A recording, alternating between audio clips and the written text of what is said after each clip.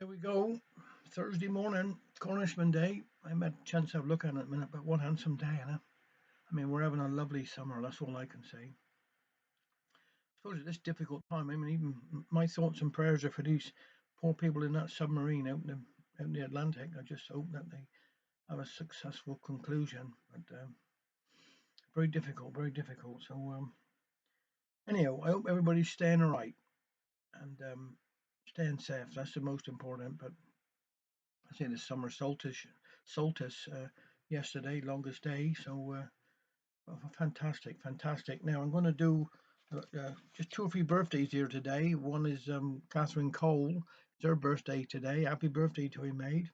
And my dear friend of mine is Will Orchard. Is his birthday today as well. And then Penny Melmoth is on Saturday. Happy birthday to you as well, Penny. I hope you all have a lovely day and enjoy yourselves. Now I'm doing a Liz Armin one here today, going abroad. Oh, hoping you're as well as we are. Apart from me having the flu and all, poor old for a bit bronchial. We ain't too bad, and even my poor hip is improving. As you know, it's been our golden wedding. Yes, Alfred and me have managed to put up with each other for 50 years. Took some doing. James and Ethel came over and said how we ought to have a celebration. More like an armistice, Alfred said, and have a trip away. I said, all right, we'll have a mystery trip up to Newquay with Dutchy tours. No, said James, go overseas. What do you mean? Replied Alfred. Have a day trip to Scilly on the Solonian. Then they took out this book with Saga wrote on it. This here, said James, this is full of trips to foreign parts, and all the family have chipped in and booked a holiday for you two in Italy. For once we were speechless. I ain't going on no airplane, said Alfred. If we were meant to fly, we would have wings. "That ain't no argument at all," said James. "You've been fishing all your life, and you're a handsome swimmer. So if you were meant to go into sea, you would have had fins."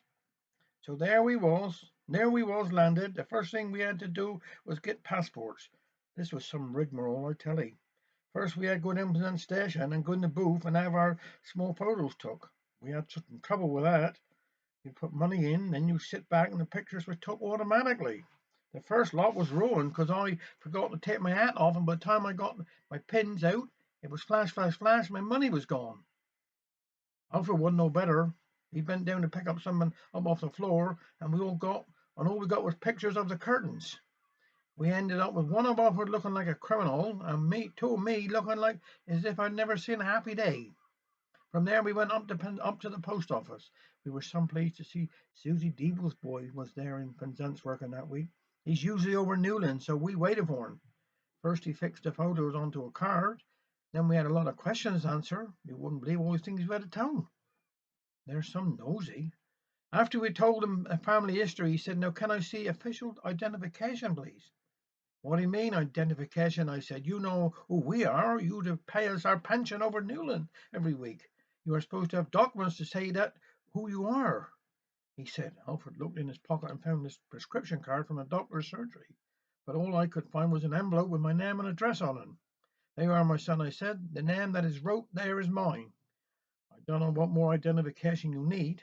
At any rate, he had a word with the boss, and seeing that there was a get queue out past the post office doors, they let us have our passports.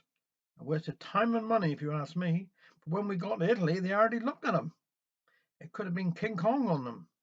Well, they all come in to see us off, and when we were on the train on our own, we felt some worried. We even thought of getting off at Plymouth and spending a fortnight there pretending we'd been to Italy. When we got to Paddington, we had to stand under a sign which said Saga Pickup Point, and sure enough, a coach come along with some nice young woman in charge. I think she was called a courier.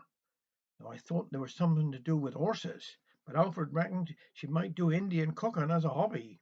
In no time at all, we were hurtling through London on our way to the airport. When we got there, my blood ran cold. The plane was delayed for engine trouble, and our seats was number 12 and 13. Now, I don't find flying too bad. It was so bad, but not after you got used to your stomach going up in your throat, and the young woman tending us couldn't have been nicer. They brought round little plastic trays with bits and pieces of food on them. "You better eat," said Alfred, "because all you'll have eat the next fortnight is spaghetti. In Italy, I'm told they even put spaghetti in their pastas." Now, the first place in Italy they took us to was Venice. "Look as if they've had a lot of rain here," said Alfred. "I reckon they got a job to keep the damp out, my handsomes. I never seen nothing like it in my life. They get palaces and churches and everywhere these dear little bridges, just like the Cornetto ice cream advert on the television. Then we went to Rome. This is where they thralled the Christians to the lions, commented Alfred. But oh, the things we saw there. Beautiful pleasures that you could only see like on calendars and Christmas cards. Fountains, paintings, and statues. I never seen so many naked men and women and all in marble. You don't know where to put your eyes. We went to this place called Pizza. Alfred didn't think they maintained the buildings very well. They all looked a bit lopsided. We ended up in Sorrento, just like the song. We had a day trip over to Capri, and Alfred got really carried away and started singing "'Twas on the Isle of Capri that I met her." Wasn't at all. It was by the bandstand on Penzance prom. But the thought was there. He even thought we might come back for our diamond wedding. On the way back from Capri, a saucy emperor boatman tried to pinch my behind. Sex mad, they Italians, you know. I think it must have been the hot weather, but I reckon he come off worse, though, 'cause I had my best corset on and nothing would penetrate that. We never had no trouble with the language, especially Alfred. He would say grazie like a native. I was some proud of him. You could tell he's a man of the world. We were a bit puzzled at first when they kept saying pray go, pray go. When we said grazie, we thought pray go where? And Alfred reckoned pray go meant the same as E that they say were. So we said pray go too. You would have thought that we were Italians. Well, my dear, I must thank you for giving us a wonderful trip. My nosy never can't brag about her day trip to France on the ferry no more, not in front of me. Next week I'm going to Bright Hour up Chapel to tell them all about my travels. I can see I'm going to be a celebrity. Uncle Alfred to send his love and to say grazie and oh sol mia, bel notte. We can't wait to show you our souvenirs, my handsome. Now take care and have a nice weekend.